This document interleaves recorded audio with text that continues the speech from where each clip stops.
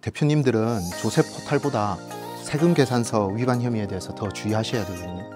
총 수십억 원의 거짓 세금 계산서 발급 혐의를 확인하고 수사기관에 고발하게 된 건입니다. 안녕하세요. 아는 농사 권미영입니다.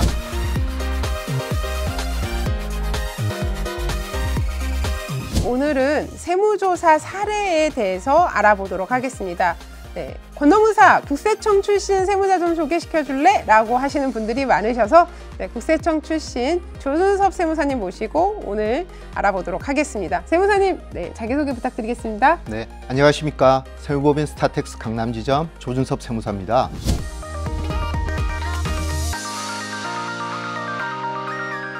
저는 이제 국세청에서 14년 동안 근무하면서요, 여러 가지 다양한 세무조사를 수행해 보았는데요. 이 시간에는 세무조사의 주요 사례에 대해서 쉽게 설명해 드리도록 하겠습니다.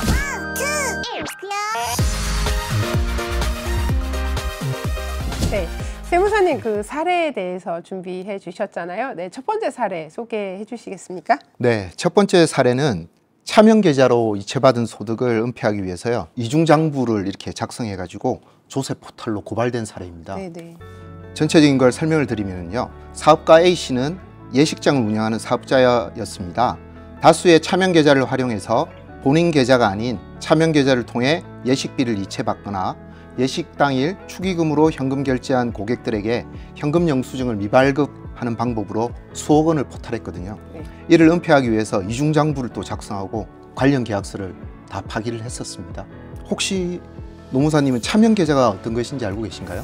차명계좌 그냥 제가 직관적으로 생각했을 때는 우리 사업자 거래가 아닌 다른 명의의 다른 사람이나 이런 다른 명의의 계좌 이런 뜻이 아닌가요? 역시 잘 알고 계시네요. 예. 차명계좌란 거래자 본인이 아닌 타인의 명의로 개설된 계좌를 말하고요, 이제 사업자가 그의 가족이나 종업원 그리고 법인 대표자 등 타인 명의 계좌로 거래 대금을 수령하는 행위는 모두 차명계좌 사용에 해당될 수 있습니다.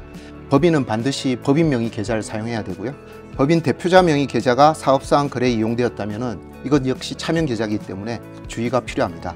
이러한 차명계좌에 대해서는 국세청에 신고할 수 있도록 제도가 되어 있습니다. 특히 더 조심하셔야 됩니다. 아까 말씀드린 그 사례는 그러한 차명계좌 신고 제도나 탈세 제보 등을 통해서 수집된 정보로 조사가 착수된 경우입니다. 네. 혹시 정기조사와 비정기조사 차이 알고 계신가요?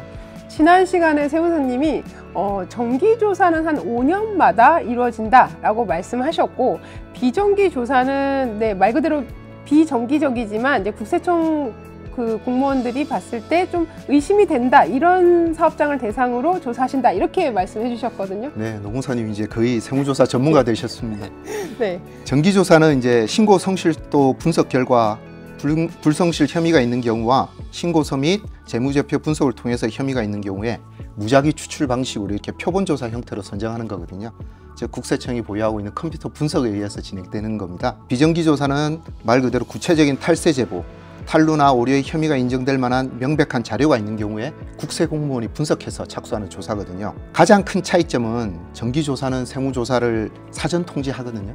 근데 비정기조사는 이러한 사전 통지 없이 세무조사 시작하는 그 착수일에 바로 착수를 하는 겁니다. 굉장히 그 조사를 받는 사람 입장에서는 당황스러울 것 같습니다. 상당히 당황스럽습니다. 그래서 정기조사는 미리 장부 제출을 해주십시오 이렇게 요청을 드리지만, 비정기조사는 세무조사 시작일에 바로 장부를 제출받거나 아니면 압수해서 일시 보관하는 형태로 조사를 시작하거든요. 이 사업자 같은 경우에 조사가 바로 비정기조사입니다. 그런데 이 비정기조사 결과가 어떻게 됐을 것 같으세요? 당연히 차명주식 계사로 거래하셨으니까 굉장히 많은 금액을 추징을 당하셨을 것 같아요. 네, 맞습니다. 국세청은 이 비정기조사를 시행하면서 일시 보관으로 매출을 누락한 이중장부를 확보를 했거든요. 이에 따라 가지고 이중장부와 매출 신고 금액을 비교를 하는 거예요. 해서 실제 현금 수익 금액과 현금 영수증 발급 금액의 차액을 한 10억 원 이상의 매출 누락을 확인한 겁니다. 그에 따라 부가가치세 및 종합소득세 수억 원을 추징하고 또 조세 포탈 혐의로 조세 범칙 조사로 전환한 이후에 수사기관에 고발까지도 했습니다. 혹시 조세 범칙 조사에 대해서 알고 계신가요? 제 생각에는 뭐 세금을 내는 거는 그냥 사실 국세청에 우리가 그 법에 따라서 돈만 내면 끝나겠지만 지금 세무사님이 물어보신 거는 왠지 형사조사까지, 형사처벌까지 관련된 거를 네, 저한테 질문하셨을 것 같아요. 네, 맞습니다. 조세 범칙 조사는 국세 공무원들이 일반적인 세무조사보다 더 강력한 법적 권한을 가지고 진행되고요.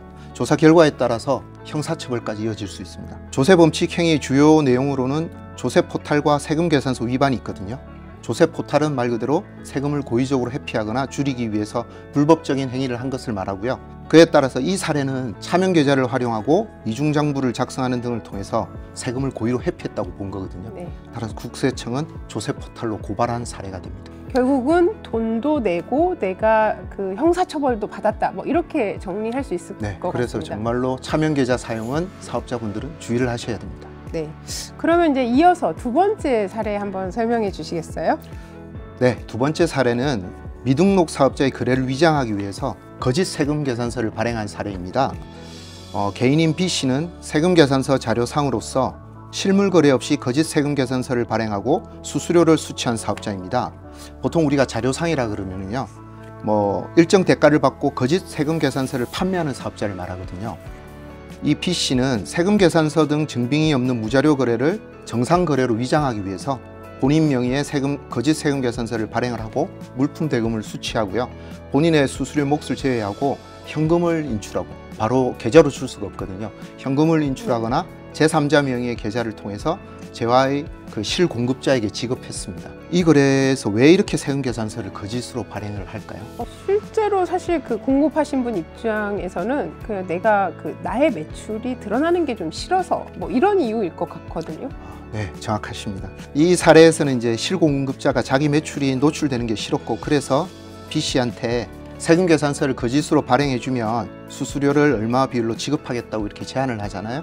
B 씨는 이 제안을 받아들여가지고 자신이 직접 하지 않았음에도 자기 명의로 세금 계산서를 발행해 준 겁니다. 물건을 실제 산 사람은 또 이런 거래가 있기 때문에 실제 가격보다 훨씬 싼 가격으로 살 수 있었겠죠. 네. 모두가 윈윈이 되는 거죠. 국가만 빼고. 네. 예. 그러면 당연히 거짓 세금 계산서를 발행했으니까 이것도 형사처벌 대상이 될 것 같아요. 네, 맞습니다. 바로 그러한 혐의가 포착돼 가지고요. 국세청에서 조세 범칙 조사를 진행하였고, 사업자들이 이제 금융계좌를 전부 확인하거든요. 실제 대금이 현금 인출되거나 이렇게 제3자 명의로 그 인출된 것을 확인하고 총 수십억 원의 거짓 세금 계산서 발급 혐의를 확인하고 B 씨와 실제 공급자인 미등록 사업자 등을 수사기관에 고발하게 된 건입니다. 네.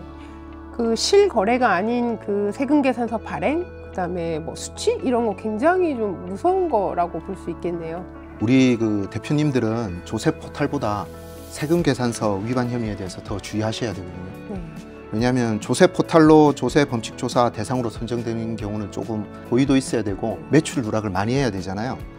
근데 세금 계산서 발급 수취에 대해서는 평소 자연스럽게 좀 이루어지는 거래다 보니까 그냥 편하게 발급하기도 하고 수취하기도 해서 조금 거짓으로 한다고 해서 이게 큰 문제가 될까 이렇게 약간 쉽게 생각하는 경우가 있습니다. 근데 이게 진짜 무서운 게 될 수가 있거든요.